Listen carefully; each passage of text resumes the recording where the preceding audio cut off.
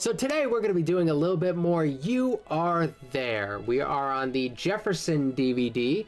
Last week we did The Vote That Made Jefferson President, aka the election of 1800, which I think was a really fun conversation to have with all of y'all. You know, I'm really big into the early American Republic and the founders and all that. That was my first obsession in history, though I've kind of moved away from it a little bit. I got a lot of it still up here.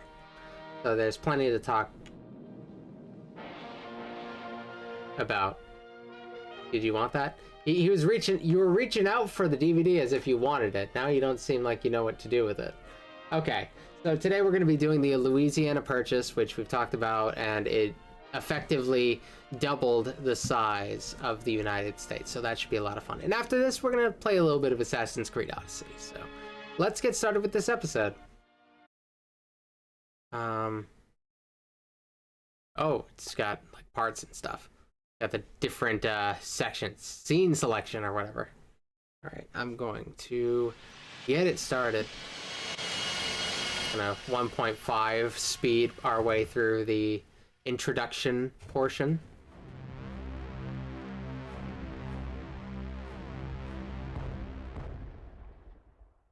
Oh my God, you are so cute.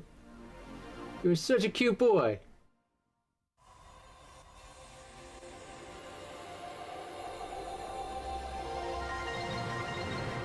He's being so funny right now. I know he's distracting, but like, he's being so adorable, I'm willing to let it happen. The Louisiana Purchase. You are there.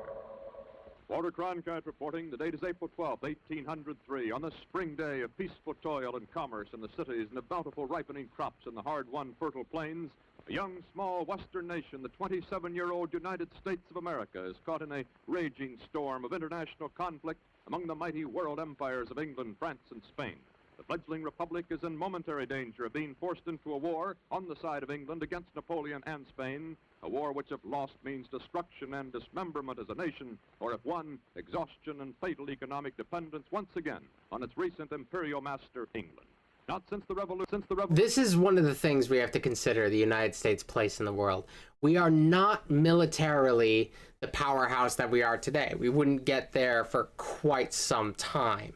We hardly have a powerful navy.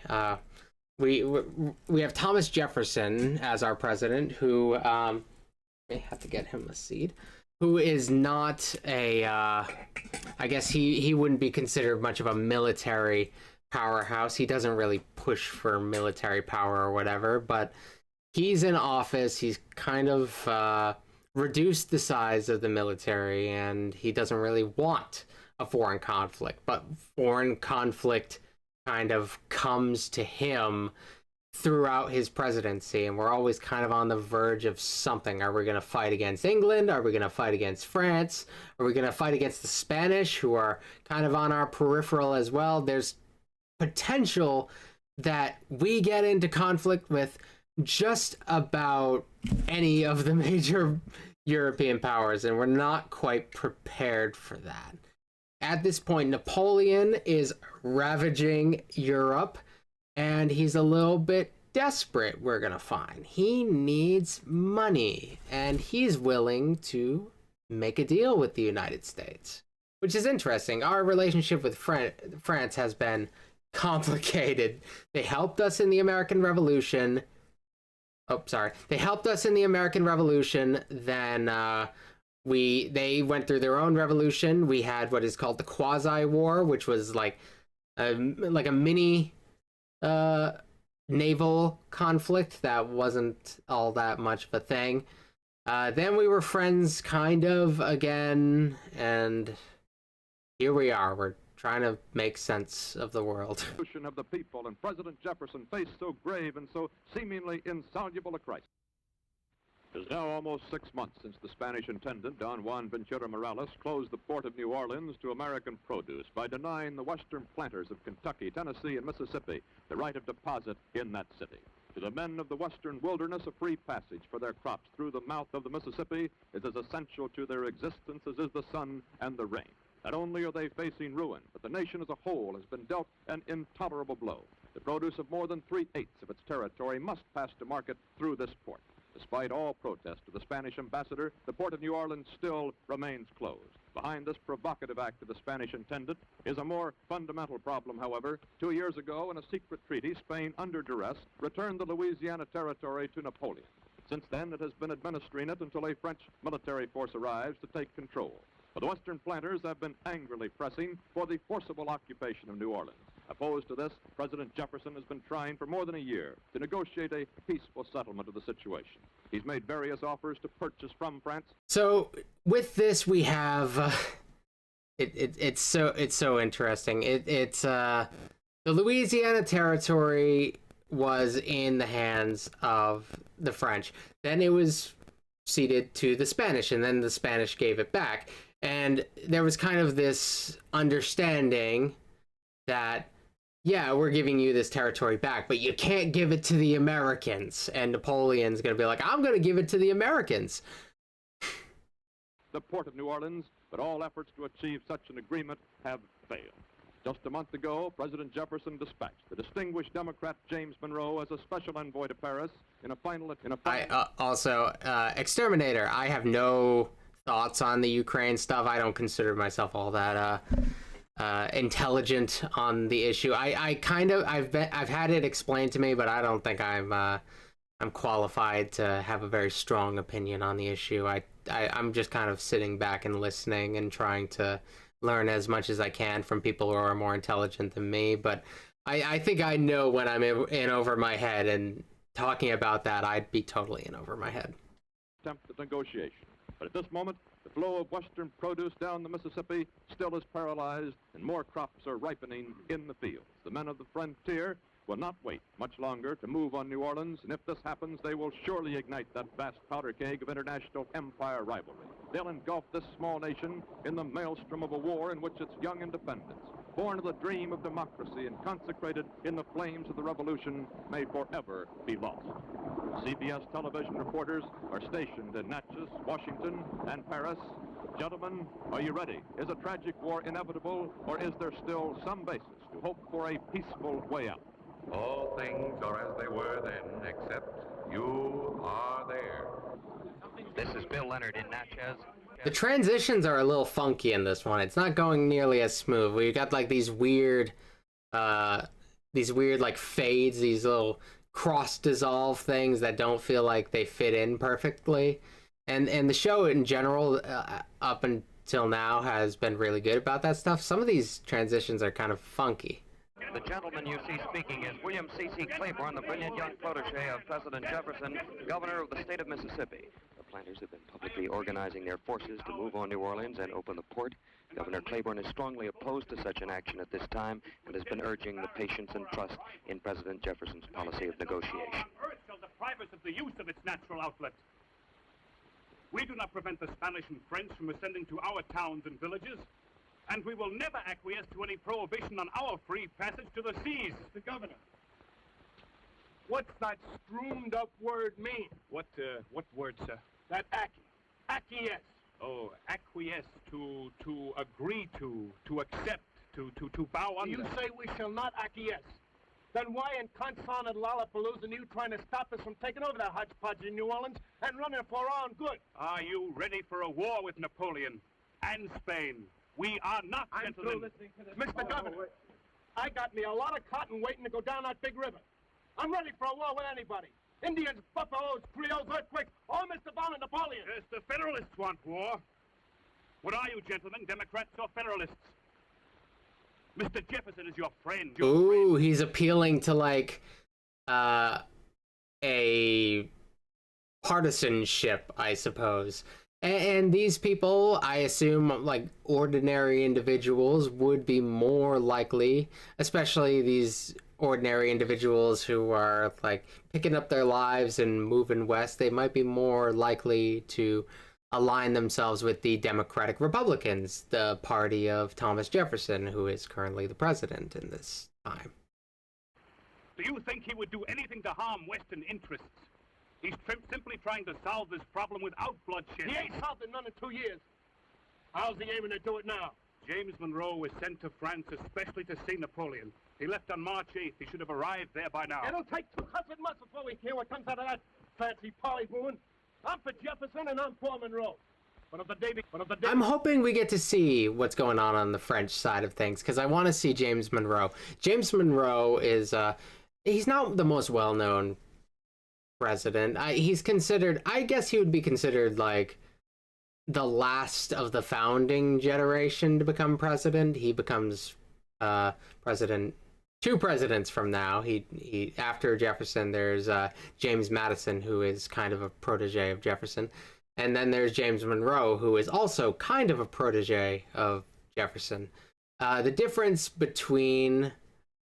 So James Madison, I'd say he is a mixture of kind of a lot of Jefferson's ideals, but Alexander Hamilton's pragmatism, while James Monroe is kind of a mix of Thomas Jefferson's ideals and George Washington's leadership and pragmatism, if that makes any sense. If you're familiar with the others, that might give you kind of an idea of the personalities we're dealing with. Like, James Monroe is pretty strong, and he is going to personally be dealing with the purchasing of the Louisiana territory, and it kind of just falls into his lap. It's amazing.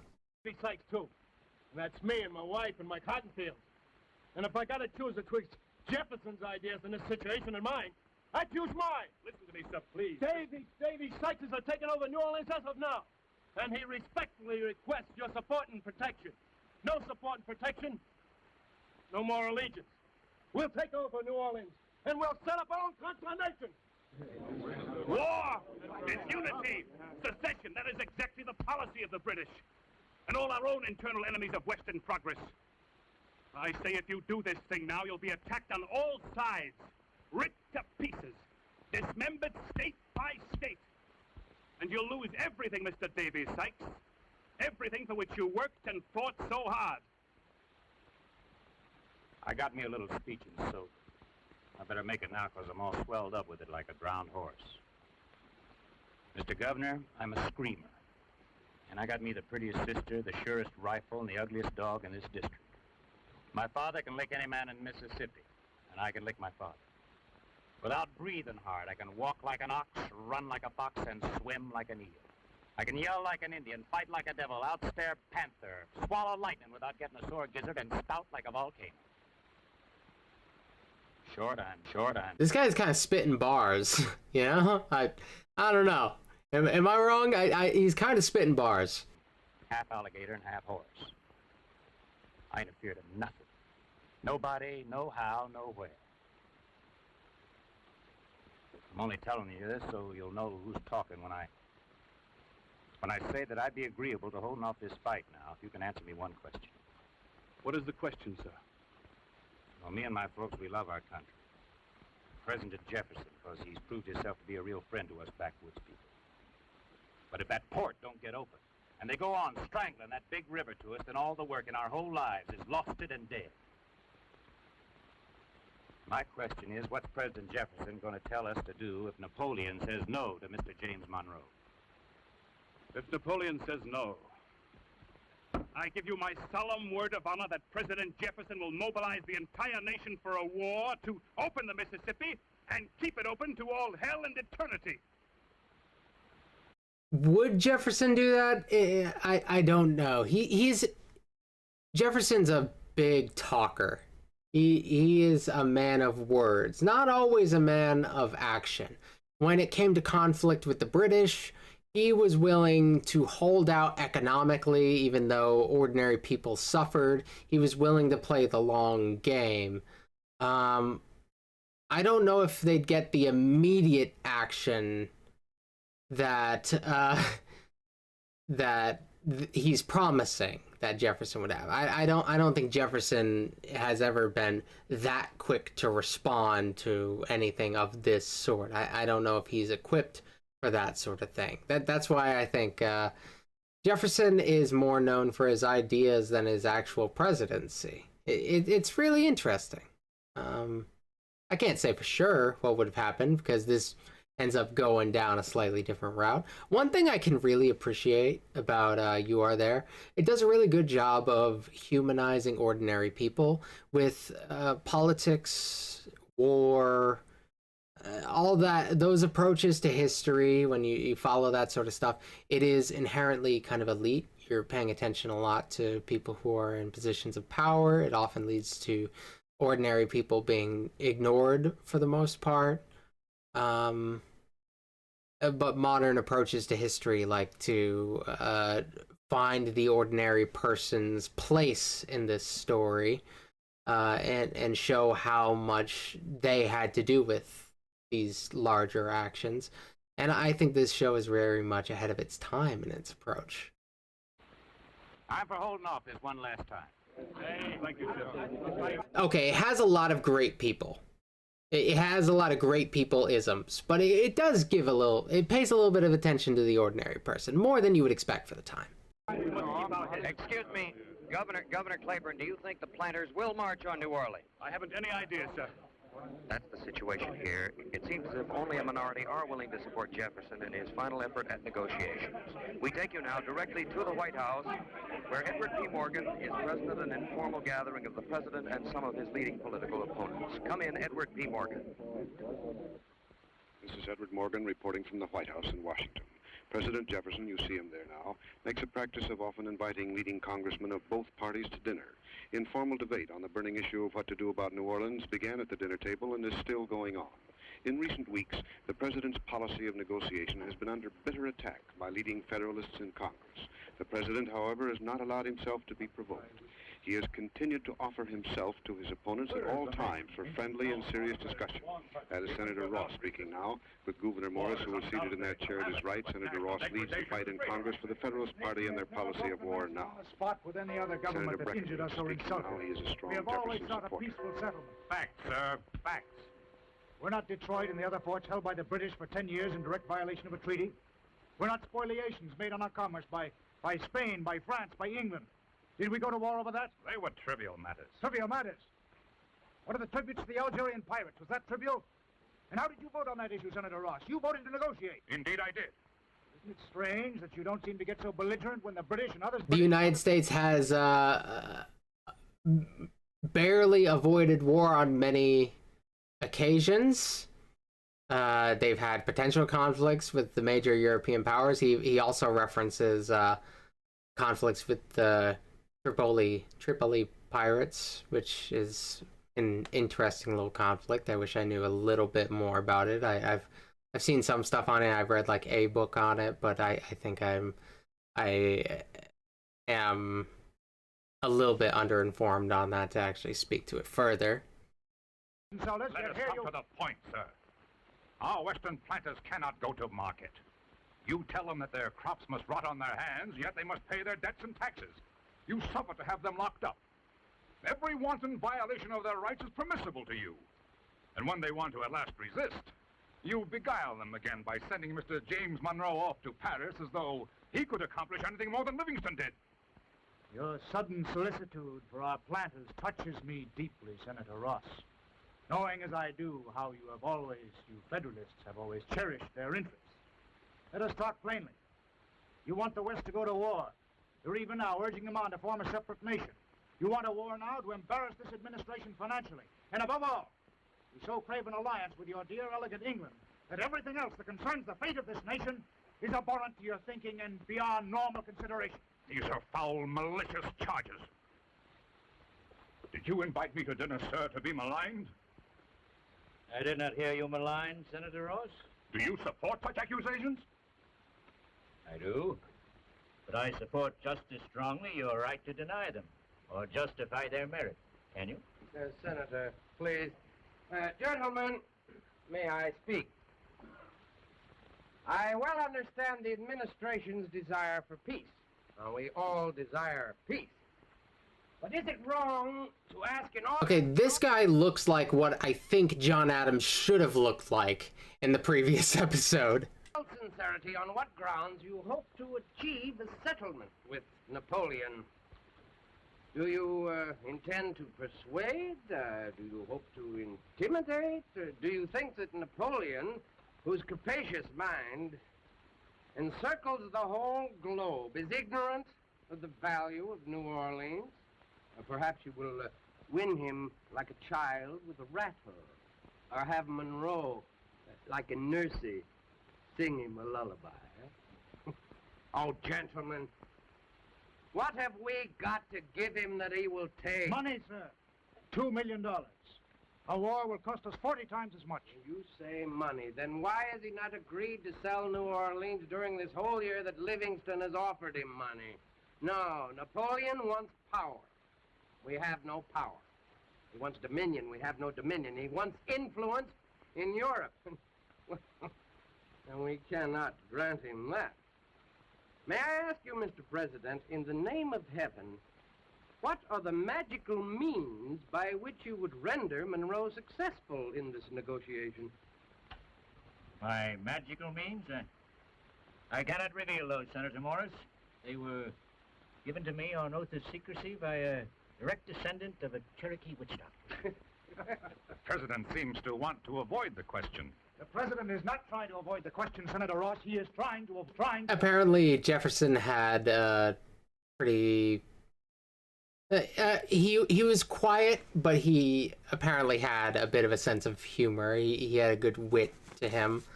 So that is something you might expect. He's also not one for confrontation. He's not very personally confrontational. So deflecting might be something that he's more likely to do than actually answer the guy's question straight up. Like, I don't think he'd be a huge fan of like a heated debate, though he could debate with the best of them. It definitely wasn't his place of comfort.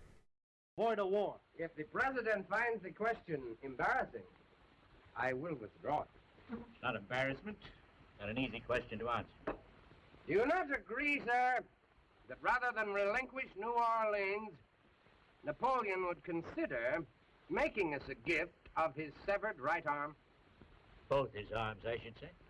Then why, sir? And I will put this strongly.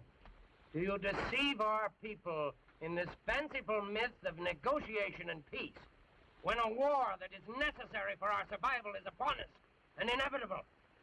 My aim, as you well know, Senator Morris, is not deception. I do believe indeed that Napoleon's will to Western Empire is all-consuming. But his will and desire are not the same thing as the accomplished fact. Have you thought as to why he has not been able to occupy New Orleans? What? He's no real... So Jefferson seems confident here, but I don't buy it. You know, there's something about it, like, I'm just not buying. I'm trying to think of...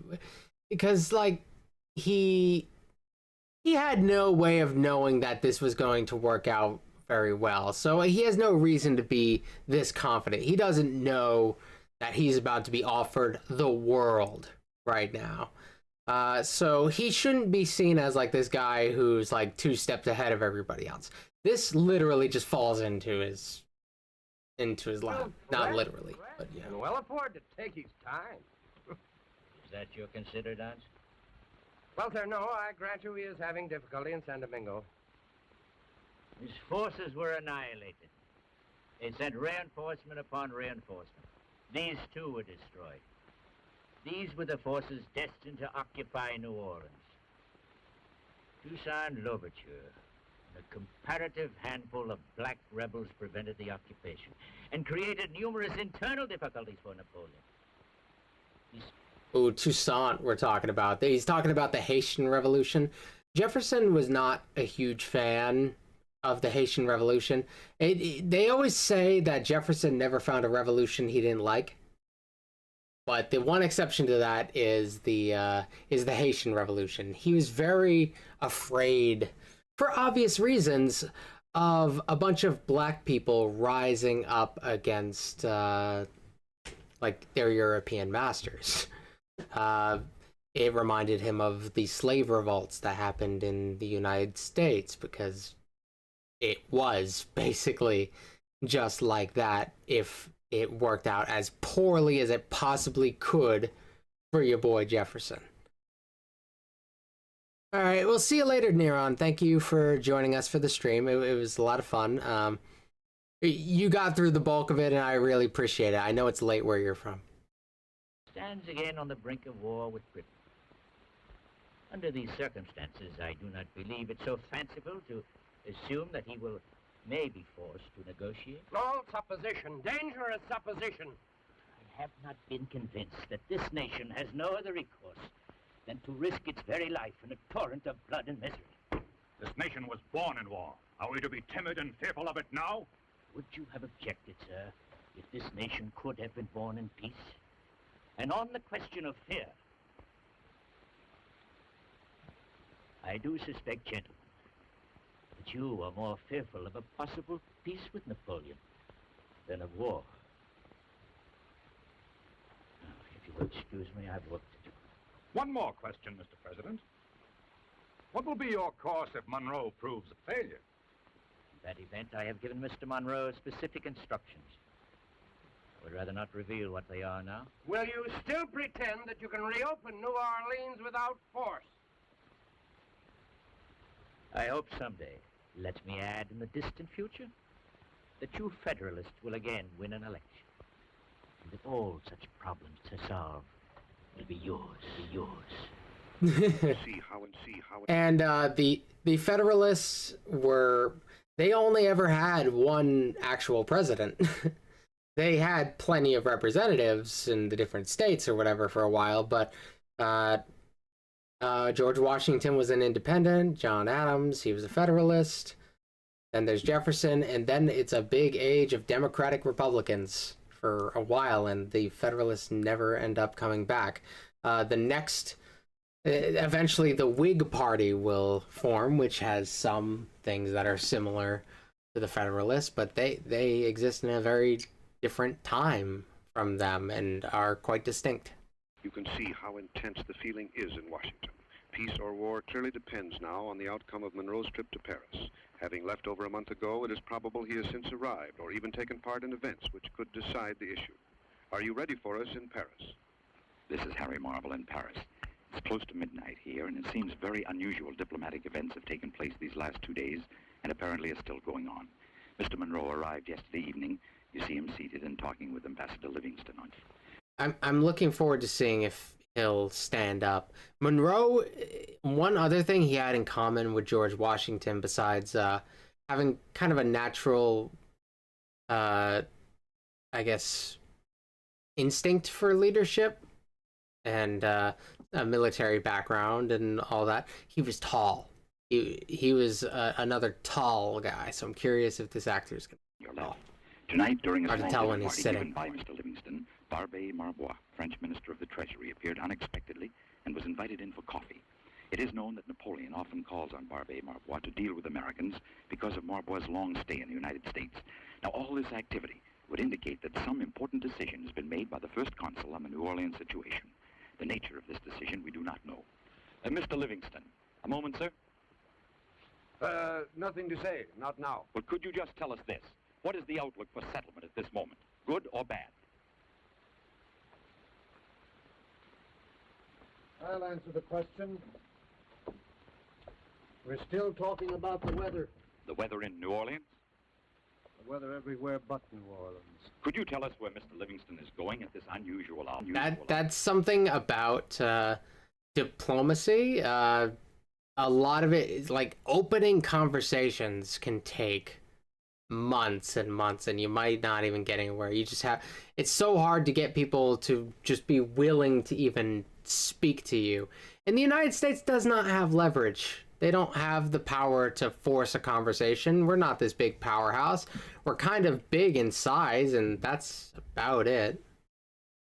Barbé Marbois invited him to his office for a private conference. Isn't this unusual procedure? I suppose so, but Marbois didn't indicate that it had any particular importance. Are there any more questions? Are there any new proposals that you are prepared to make? Yes, but basically they are the same. I am here to achieve a free passage for our produce through New Orleans. What will you do, sir, if this is again refused? I will offer some lucrative inducements. And if Napoleon still shows no interest? More such inducements? And if these two are rejected? I will pack up, take a boat across the channel, and reluctantly but promptly make a war alliance with the British against Napoleon. Those are my instructions. Thank you, sir. We're going to take you directly to the Tuileries, where Don Hollenbeck is now ready to report on the latest news concerning the New Orleans matter from the viewpoint, we hope, of Napoleon himself. This is Don Hollenbeck in the Tuileries. Napoleon is in late conference behind that door. Earlier this evening, Monsieur Talleyrand hinted to us that some very important developments were impending. Talleyrand is known in the United States for his, I believe he was known for his involvement in the XYZ affair, which involved soliciting bribes from the American diplomats who refused to pay, which included Elbridge Gerry, John Marshall, and the third one slips my mind at this point.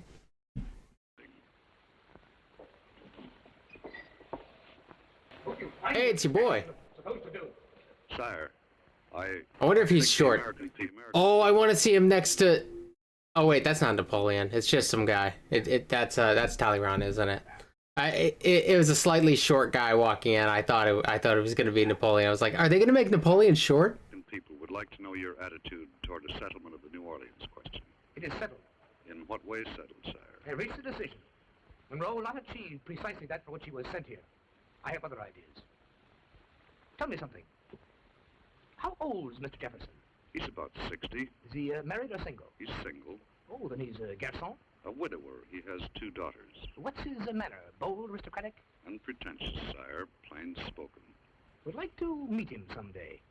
His feeling for the complexities of international politics is quite remarkable. He has foreseen with accuracy our debacle in San Domingo. He estimates very well thereby my bitter predicament with England. Well, but I will surprise him now.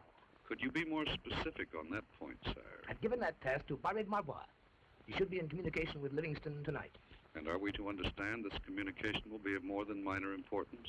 The decision that I have made in the question of New Orleans will fundamentally alter the present balance.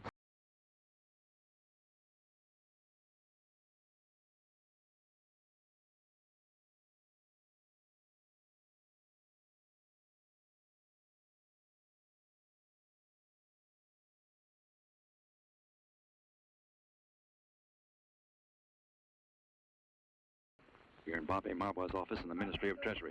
Livingston and Marbois are old friends. There's little need of formality between them. As soon as Marbois started to speak, Livingston interrupted him and began to present his own views, which he is still doing. Instructions to settle this matter once and for all.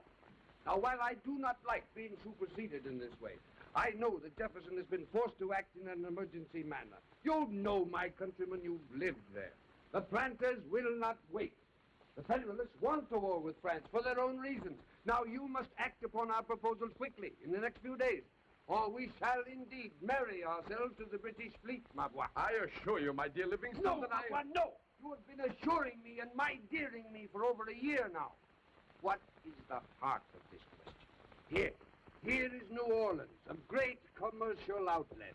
Here is Spain. Here, England. Now, we all want New Orleans for our own advantages. But you are all rich, powerful nations. We are not. But we must have free passage. Please let me speak, Livingston. Perhaps I have something new to say. Something new. A new element is present. You're not going to tell me now that you have to consult with Spain again. What did Monsieur Talleyrand say to you yesterday? I'm sorry, Marbois, but I have stopped listening seriously to Talleyrand, and so, by the way, is everyone else. Why does Napoleon keep that man? He's not a statesman, he's an eagle.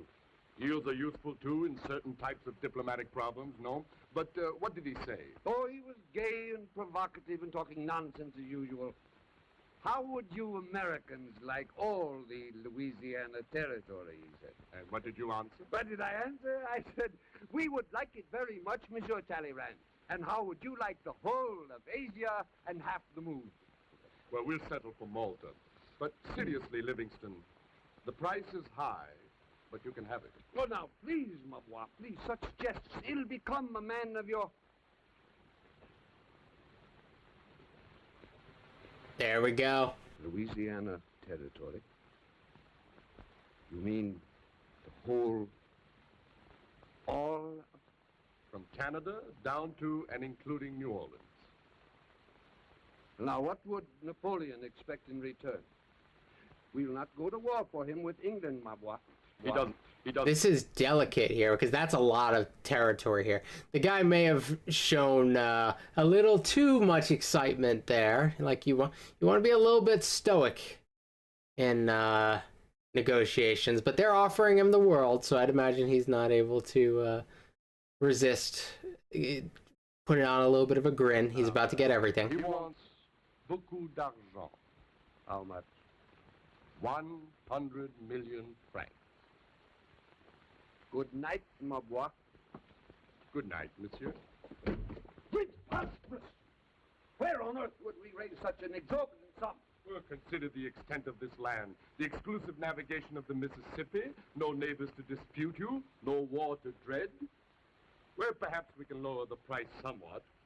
Yes? But you must act quickly. You know the temperament of our first consul. He may change his mind tomorrow. Surely he knows we... That's one of the big things here.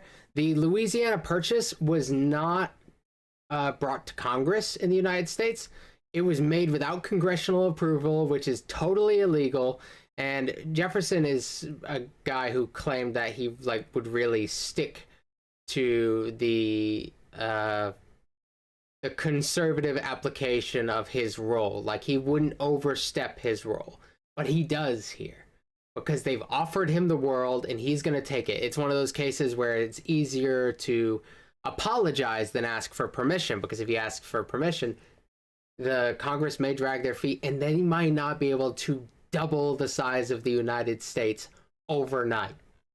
We are not empowered to act upon such a proposal. We must consult our government. It will take time. You do not have that time. Jefferson will support you. He will realize that the acquisition of this territory is a great benefit to the future greatness of the United States. Napoleon desires to strengthen your power. He desires to give England a maritime rival that will sooner or later humble her pride. Oh, we will lose much, but we will cost England more. What is your answer, Livingston? Can we come to more reasonable terms? Well, I too now speak without authority. We can. Monsieur, the deal is on. The ambition of a generation had been realized. A great celebration took place in Washington on July the 3rd. When the news was announced, Jefferson was jubilant. His enemies had been confounded and his peace policy vindicated. Louisiana... And, the Federalists would normally go against him, but they want this too. Everybody actually does want this. They don't want him to turn it down, but they want to be mad at Jefferson. So, at this point, everybody just sits back and lets it happen, despite the fact that he's doing it in a way that's totally illegal in the United States. Louisiana territory was bought for $15 million. The money was loaned for it, ironically enough, by a British bank.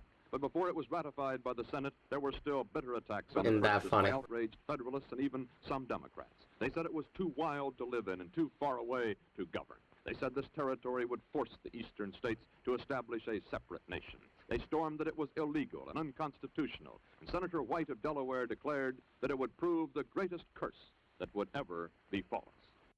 But they let it happen. And what indeed befell us They didn't stop it. A vast territory, 900,000 square miles of immeasurable natural wealth, larger than all of Western Europe. Colonial domination of the Western Hemisphere was ended. A young, vibrant people went to work and hacked out of the lonely wilderness of plains and forests and mountains 17 states in whole or part. Among them, Louisiana, Arkansas, Missouri, Iowa, Kansas, Nebraska, Oklahoma.